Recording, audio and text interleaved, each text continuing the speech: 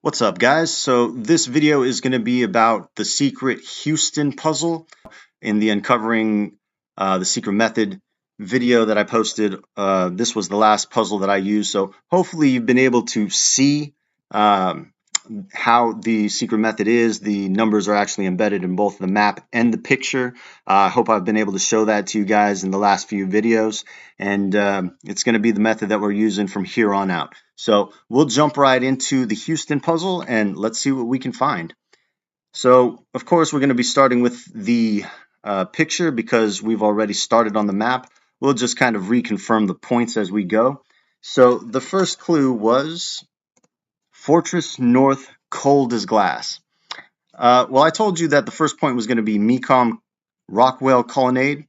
And if you look at the Mecom Rockwell Colonnade, you can kind of see it has this circular outline and a point in the middle.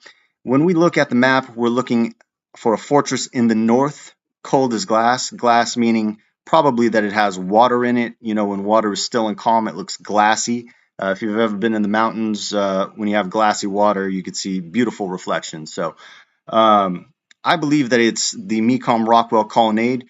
But if you were to look right outside, they also have a Mecom fountain right here. And if we zoom out and just take a look at this object right here, the grounds right where the Sam Houston statue is, and this water area right here, it has definitely more of a resemblance to this pillar right here. And um, the North Star or whatever it is above it, it would be right above it. But if you look at this picture, it doesn't quite look like this star right here. Um, but they are both by Mecom, so you know you could pick whichever one you want. I think this one resembles the star a lot more, which is the reason why I'm going to be using it. And just a quick thing about who Mecom was: we have John Whitfield Mecom Sr., and he was basically an independent oilman. His son actually was the first owner of the New Orleans Saints football team. And this isn't the first oilman that we've talked about or we've kind of brushed over. In Cleveland, we know that the park there was the John Rockefeller Parks. John Rockefeller also started Standard Oil, so there we have another oilman. So that's something to note. We have another oilman that we are talking about. We'll keep that in mind right there. So the next clue is Friendship South. Now, if we were just to pull up another page just to see if we can see something, if we just did a general search on Google for Japanese friendship, you would see a list for a whole bunch of Japanese friendship gardens like in San Diego, Phoenix, LA, San Jose. So you could see that Japanese gardens are also interpreted as Japanese friendship gardens. So knowing that, we know that our next point is going to be in the Japanese garden right here. And this is kind of like a half or quarter circle right here, kind of reminiscent of this area right here. This kind of looks like a moon. Uh, but for what it is, if it's Japan, you know, Japan has this kind of curved J look to it as well. But we'll be saying that we'll be coming down this way. That's going to be our path. Next, it says, take your task to the number 982. Well, the last time we talked about it, we said what was a task, and a task is something that's assigned to you, usually by somebody who's in charge, you know, somebody who governs your actions. So we have right here McGovern Lake, and if we were to go past the Japanese gardens, that would just kind of say we're going around McGovern Lake, because we would know that the 982 train would be in this Hermann Park Railroad. So looking down at the map, do we have anything that kind of resembles that? And the closest thing that I could find right here is that we have these two blocks right at the bottom. They could be a little bit of these two islands right here at the south part, Bird Island right here in the park. It's possible that's the closest thing that I could find that would resemble such a thing. So let's just start marking our picture. If we started at the bright star, went down here, and then we continued south. So right about where these two stones are, we could say that that's the bottom of the Hermann McGovern Lake. So then we would go to the train 982. And if you look at the shadow of this individual right here, this kind of genie, water genie, you can see it kind of has the outline of a train right here. So if we went down past the islands and then we went over, we would be going to the train right there. The next clue is through the wood, no lion fears. In the sky, the water veers. Well, we talked about this last time. We know that the Houston Zoo, home of lions, tigers, and bears and more, is just located south of the Hermann Park Railroad. Whether the train 982 was further to the left originally, I'm not too sure. But we're going to be going in this direction. And in the sky where the water veers, that's just in the center of McGovern Lake. We have fountains shooting water up into the air. So water veering, water shooting up. If you've ever seen the Bellagio in Las Vegas, definitely quite a show. And if we were to look at our picture over here, we're not actually going to be able to go to where the water is veering. Obviously, it's in the middle of the lake, but from our position over here, we can see that to the left of us would be water shooting in the air. Where the genie is, that's kind of indicative of where it is. Next, it says small of scale, step across. Well, we talked about this last time. That was going to be the Tiffany and Company Bridge. We talked about how there are many types of bridges, large scale like the Brooklyn Bridge and the Golden Gate Bridge. Here we just have a small of scale bridge, which is something you could walk over. So right here in the picture, if you look right here, which is the shadow of this column right here, you can see that there's a little bit of blue in the black of the shadow. And the best way that I could explain that to you is like water under a bridge. So it looks pretty similar to what our bridge is going to look like, you know, a small scale bridge. So we know we're going to be going up in this direction. Next, it says, after step across, perspective should not be lost. And if you were over here by the Tiffany and Company Bridge, if you wanted to get a good view, I mean, you could look out right here and you'd see the water veering in the air. But I think the best spot to really get a good view of the McGovern Lake is right here at Molly Ann Smith Plaza. Here you can stand right out here and just look out onto this lake. I think that would be the best viewpoint. And if we zoomed in on Molly Ann Smith Plaza, we could see that this kind of outline right here, not quite a square, but it has a rounded base. It looks very similar to right here. Underneath the Rhino column, we have something that looks just like the Molly Ann Smith Plaza. So we'll say that we'll be going up here to the Molly Ann Smith Plaza. Next, it says, in the center of four alike, small, split, three-winged, and slight. Well, from Molly Ann Smith Plaza, the only thing that really has four alike around it is going to be around the Pioneer Memorial Obelisk. And if we look down, these are fountains that are on each corner of where the obelisk is. You can see this plus right in the middle. So this is where we want to go next.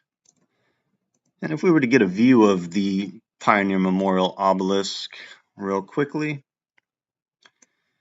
we can see that the base here, 1, 2, 3. My interpretation of this is that this would also probably be the pillar right here. You know, assuming that this area right here could be the area where the Pioneer Memorial Obelisk is, it's kind of hard to see because obviously the coloring is not too great. But if we zoomed in over here, we could see that there are a couple of dots on here. I wish the picture was a little clearer, but since it's not, I'm just going to say that this is the area that we want to be in. And I'll just show you in a second why. But from here, we'd be going over to this area right here. I think that those dots are probably more indicative of the four alike. It could also mean the four alike are, you know, blocks down here. Whatever it is, you know, we're looking for an obelisk, and this would probably be the best thing. Obviously, because if you look here, this is at the base of this giant circular area.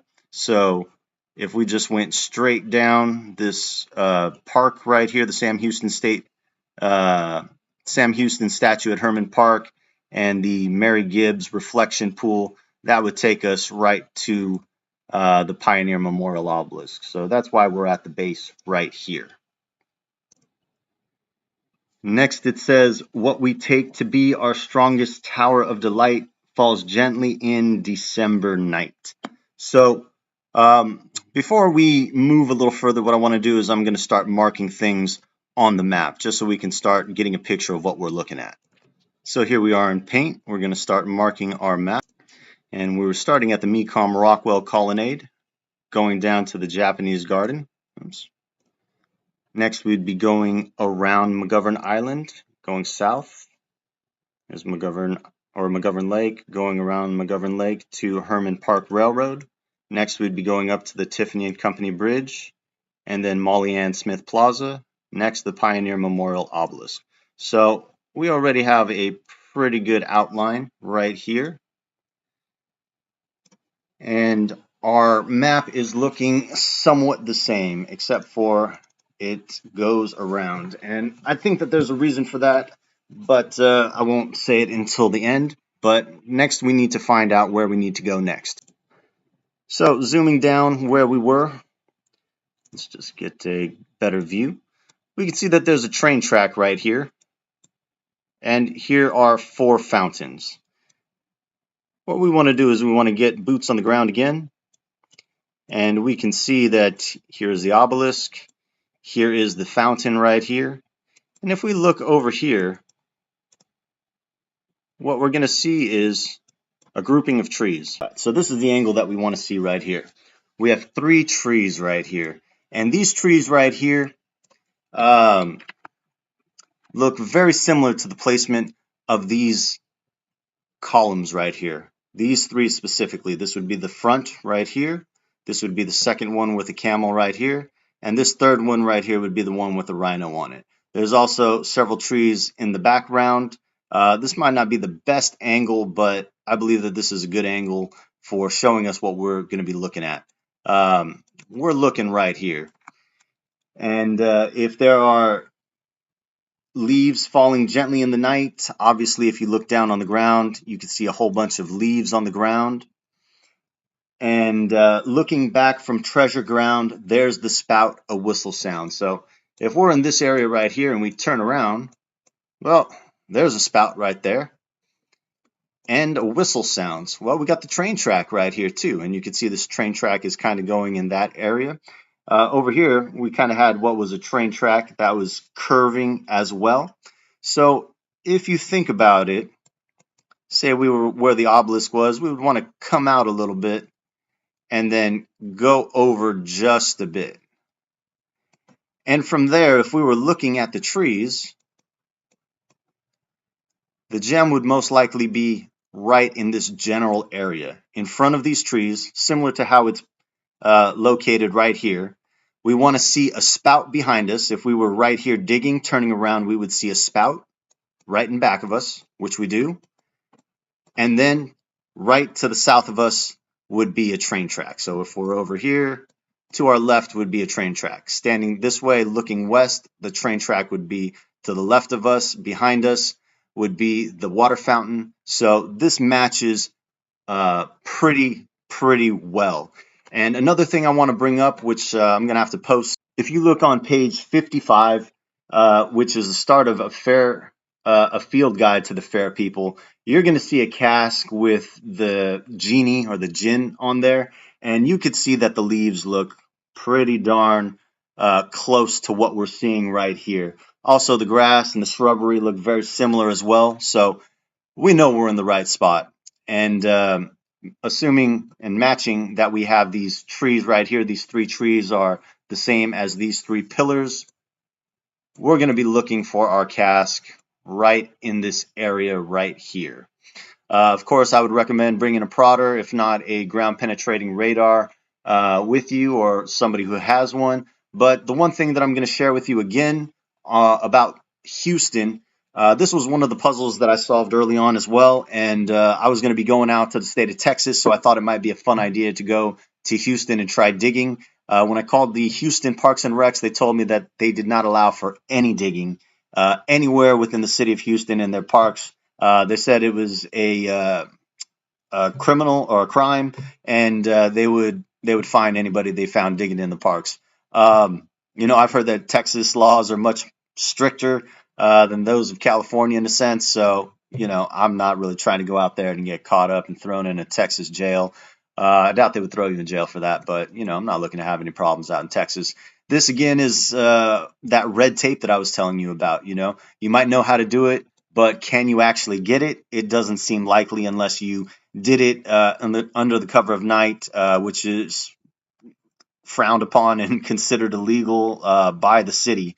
And if the publisher is saying no cask, no gem, it's like, well, how do you expect me to get a cask? Like, are you going to pay for my tickets and my fines if I go out there?